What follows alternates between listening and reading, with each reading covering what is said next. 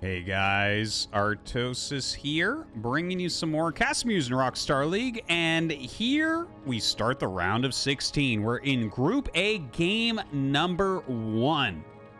And let me tell you about the players in this particular game. It's going to be Killer, our Zerg player here in the bottom right of Vermeer, against Motive, our Protoss player here in the bottom left. And the other two players in the group are going to be YSC, one of our few remaining Protoss players, and Ample. So, yeah, it's going to be a great group. A big variety of players, and in fact, having two Protoss players in here, I'm really hoping that they do well because this tournament is kind of sorely lacking in this round. These are literally the only two Protosses that are in the tournament still. Protosses just did not have a great run for whatever reason. So we'll see. Can Motive take down Killer to start? I would definitely say that Killer is a bit stronger. Like, Motive is an up-and-coming player still, I think. Obviously, he's been around for a while, but I do feel like he's playing better and better right now. He's really been practicing a lot. He's been very, very active. And Killer has been in ASL like plenty of times. He's just very strong. I've said for a long time that I feel like Killer is one of the more underrated pro gamers. Like, he's not quite championship tier, but this is a guy that I feel like could wiggle his way into like a round of 8 of ASL and could like win any lower ranked tournament, right? Like ASL, obviously you get every single top end pro playing. So that one's a little bit harder. But, you know, CasterMuse Narak StarLeague, a lot of pro gamers like Killer could win a tournament like this. In fact, I think maybe he did once. Anyways, it is a Forge Fast expansion here. The probe just running back and forth for Motive, checking out the exact timings of everything. Did want to slow down that hatchery as much as he could. And the Nexus should be going down next here, as well as some cannons, just to block any possible incoming lings. We'll see how many he's actually making. It looks like just 2 lings on the way. Of course, you can't tell, right? Like, at lower levels, you can have a good idea of how much is being made because they'll just make all the eggs at the same time. You can see from the pulsing. But here, like, as you get higher level, this is a good way to conceal what you're doing. Do 1 larva at a time. When it's something like this, where your opponent's like, oh, is he going to go 4 lings or is he going to go 2 lings? Just if you're going to go 4 lings, go grab 1 larva Z, grab the other larva Z, and then it won't be synced anymore. Anyways. The probe just running away from the 2 lings. This is not really dangerous at all. There is a cannon that's going to finish up because you have to make it. You never really know. And there's the gateway. In the meantime, Killer taking his 3rd base here just to the north of his natural. This is a little bit further away, and obviously the choke is a lot smaller. Whereas you look at this more regular 3rd base, like the closer 3rd, this is the 3rd base that's like intended in a lot of matchups to be taken. Like, for instance, Terran would always take this as the 3rd in every matchup. But this is so wide open that it's much harder to sim city correctly. There is some building space you could block with hatches and everything, but he's preferring one with the smaller choke up here. So right now, the probe being kept alive by Motive. Very important. He sees the layer start, which is really, really good. Like, if you see that, I feel like there's a big sigh of relief as Protoss. Because suddenly you're like, okay, it's not a Hydra bust, and if it is, like, he's spending a lot of money to try to conceal that, and it's not nearly as strong. So definitely kind of a nice thing for Motive to have scouted there. Looking back at his base, that Cybernex core just a little over halfway done.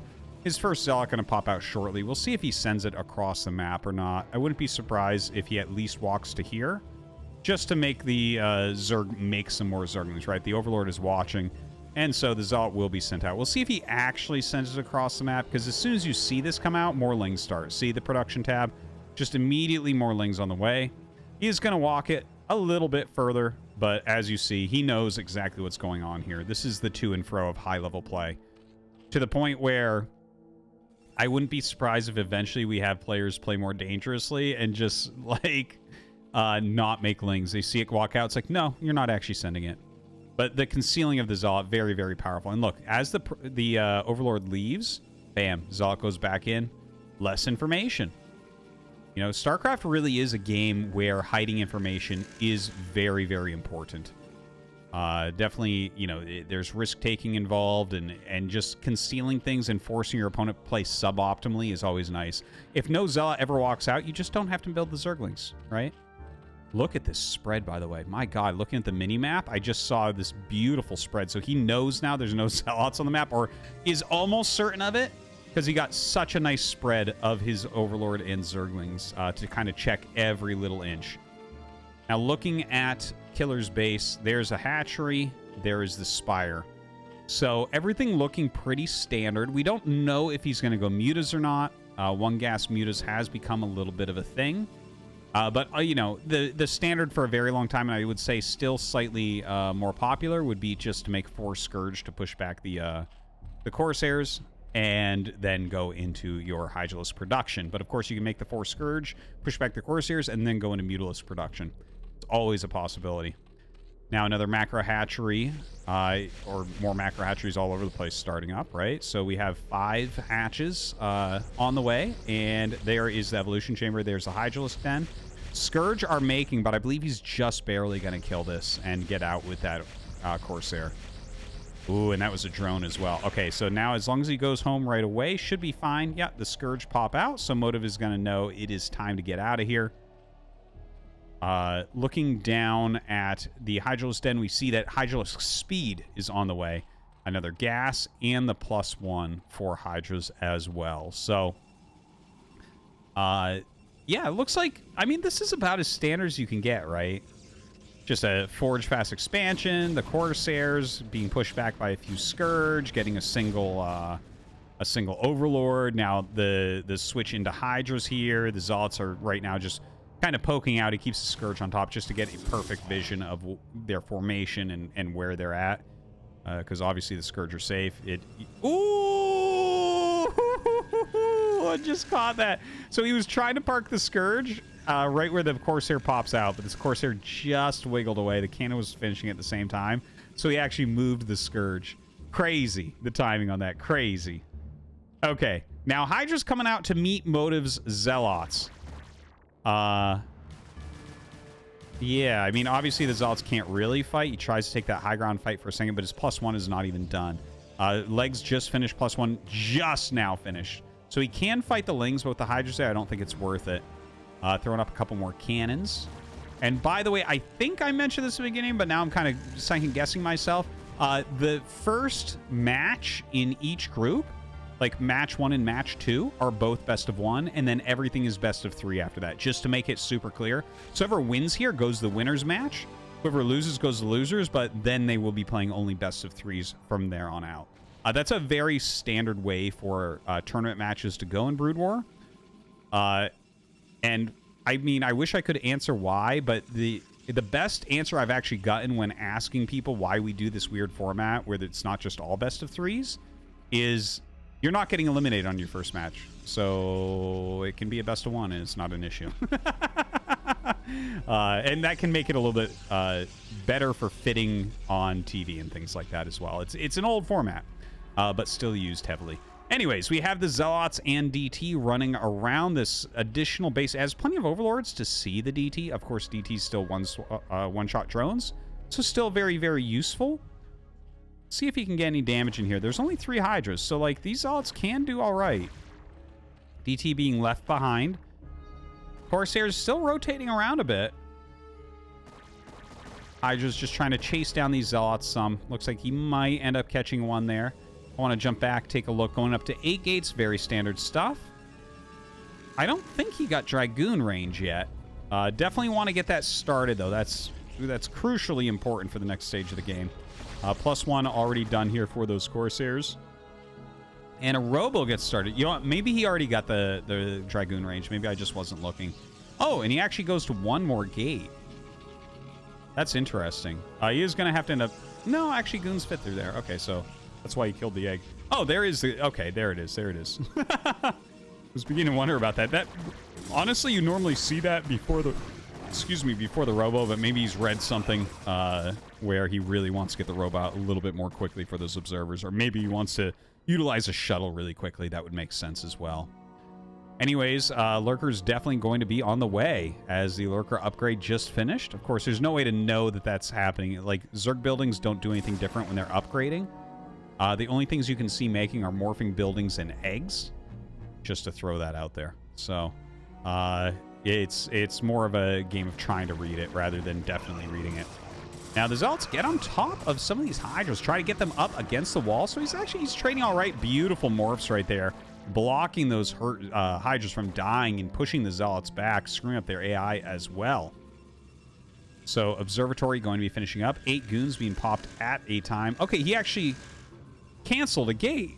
Okay, because I was saying that as well, right? Like, it looked like he was making the 9th gate, which is very weird. 8 gates is actually what 2 bases supports for Protoss. Just to make that like really, really clear. This is not like rocket science or something. This has been figured out. You go 8 gates in this matchup. Like, there have been 6 gate and 7 gate builds that I've seen where they take quicker thirds, and in fact, I've even seen many, as many of you have, do insane things like take a third base off 2 gates. But only Mini can do that. So, anyways, pushing back these Lurkers right now. The Zealot swarm is still running around really well. A few Lurkers burrowed it throughout the map as well. That's kind of like a funny location. I think that's just where they were morphed. And as the Zealots come back for that flank, these Hydras have to pull back. Honestly, this army's pretty good for motive right now. I can't really complain about it, but it's a pretty big economy over on the Zerg side as well. 49 drones is nothing to scoff at. Third base being taken by motive. Very standard third base location. And now he's just got to kind of zone out the attacks from coming in, right? This is a bit of a choke, this bridge that you have to go over. All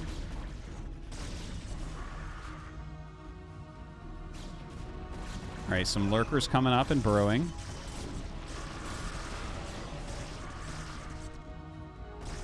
And, well, I mean, it's a good arc that we're seeing here from Killer. Motive losing his Corsairs quite a bit there. Does lose quite a few.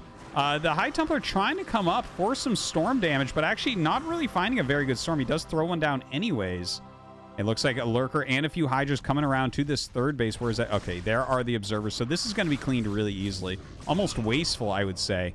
It feels to me like Motive should be able to hold on here and get that third base secured. It really looks that way right now. I don't think Killer is getting the damage he wants. He's got a lot of supplies still, like 117 is good. And he's got a lot of drones, as I mentioned before, and no fourth base. So there's definitely some issues going on. That's a lot of Overlords. Did he get drop and I didn't notice? I don't think so. Might just be pulling those up for the detection, maybe to tank some shots. Dragoons notoriously have a hard time on attack move if they hit things like, you know, floating buildings or, you know, static buildings, Overlords, whatever. They have such good range that sometimes that can screw things up. But this is looking like a really good army right now. Now, 11 mutas just got started, so this feels like you have to get something done as Killer. If you're sitting here on 3 base for this long and now Motive's on 3 base and 3 gas, and it's like, yeah, okay, this is on the way, but it's going to get canceled, and you're investing 1,100 minerals and 1,100 gas into Mutalisks, you have to get some High Templars with this. I think if he gets, like, 3 High Templars, I think he can kill him with Hydra Lurker. I'm not 100% sure, but I think he'll be able to. Now, don't forget, this is 22 supply of mutas. Okay, 1 gone, 2 gone, 3 gone, 4 gone. My God. 5 gone. Well, now the Hydras have attacked in. Now, some good storms were cast at the top. And the Dragoons, without that storm help, they definitely need the Zealots. Some Zealots coming up. This last Zealot does evaporate at the north. And now we're down to just Dragoons. And just Dragoons lose to just about everything. Oh, my God. Well, it looks like I was right. If you kill off that many of the High Templars, then it's not going to bode well for you. You need those size storms. Dragoons just don't fight well alone. They're such a great unit with the proper support, but in this type of situation, not so much.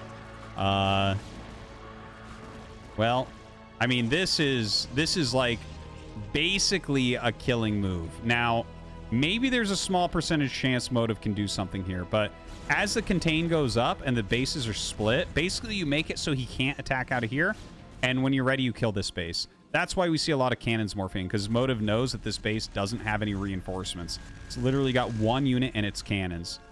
So without, like, maybe if there was 2 Psy Storms here or something, he could do it, but Yeah, look, the probe's coming out to fight. Obviously, that's not going to do it. And I think we're actually just going to see a GG. It looks like Killer has done it. He is going to break through this third base, and the containment is going to take too long to get out of.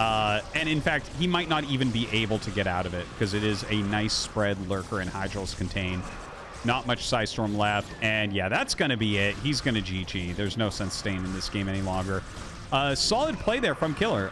He had really one chance, I think, and he pulled it off. It's too bad Motive lost those High Templars so quickly. Just not very good reactions, I think, against the incoming Mutalisks, but it happens to the best of them. So as this push continues to come in and just Dragoons being produced off of like 8 minerals. So he's got like less than 200 minerals left. Yeah, GG. Motive goes to loser match, and Killer onto the winners.